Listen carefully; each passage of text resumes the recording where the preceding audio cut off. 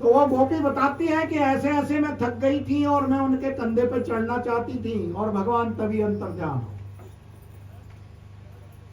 सब गोपियां वापस आती हैं और वापस आकर फिर सब कृष्ण के वियोग में अनेक प्रकार के गीत गाने लगती हैं। सब कृष्णमय होकर नृत्य करने लगती हैं, गाने लगती हैं, नाचने लगती हैं।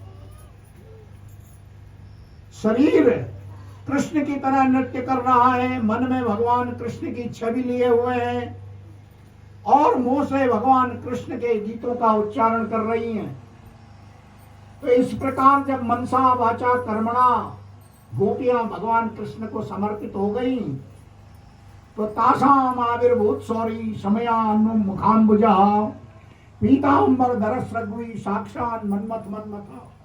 जैसे करोड़ों कामदेव एक साथ प्रकट हो जाते हैं, ऐसे स्वरूप को लेकर भगवान गोपियों के बीच में प्रकट हो गए। और भगवान ने के बसंत पीतांबर में बसंत ऋतु आकर बैठ गई, जिससे भगवान ने गोपियों के अश्रु पोछे, नेत्र पोछे। काम गोपियों के मन में जा विराजा और जिससे गोपियां और ज्यादा आकुल हो गई, व्याकुल हो गई। तब भगवान ने अनेक रूप, जितनी गोपियां थी उतने स्वरूप धारण किए और हर गोपी के साथ भगवान नृत्य करने लगे।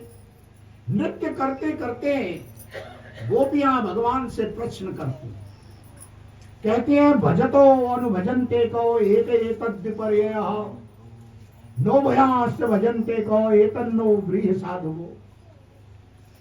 कृष्ण आप तो परम ज्ञानी हैं, हमारे मन में एक शंका है।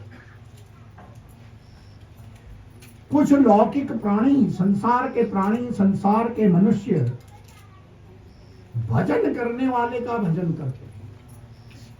कुछ लोग ऐसे हैं जो भजन करने वाले का भजन करते हैं और कुछ भजन करने वालों का भी, भजन न करने वालों का भी भजन करते हैं।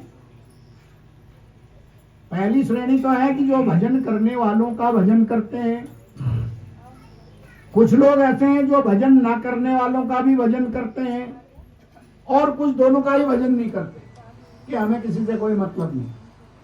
तो ये तीन पक्ष हुए, एक तो भजन करने वालों का भजन करने वाले, एक ना करने वालों का भजन करने वाले और एक दोनों का ही भजन ना करने वाले।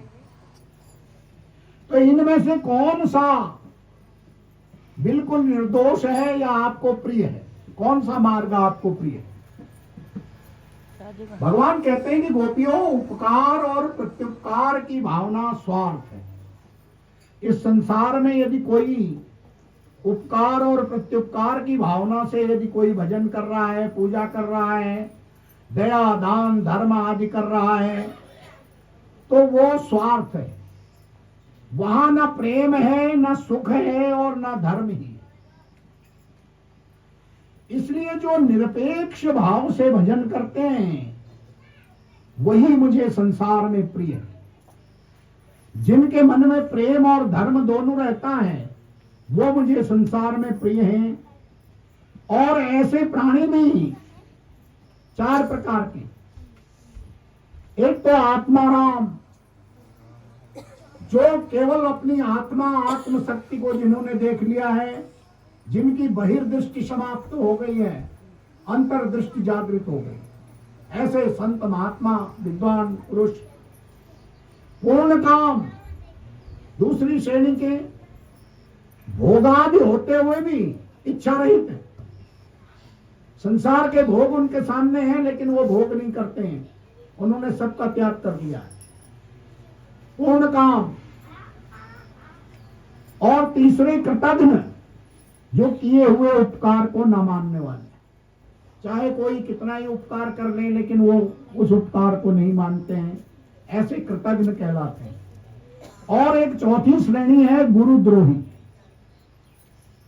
अकारण दूसरों से बैर करने वाले, गुरुजनों से बैर करने वाले, माता पिता से बैर करने वाले, अपने बड़े बुजुर्गों से बैर करने वाले, समाज में दूसरे लोगों से बैर करने वाले, ऐसे लोग गुरुद्रोही कहलाते हैं।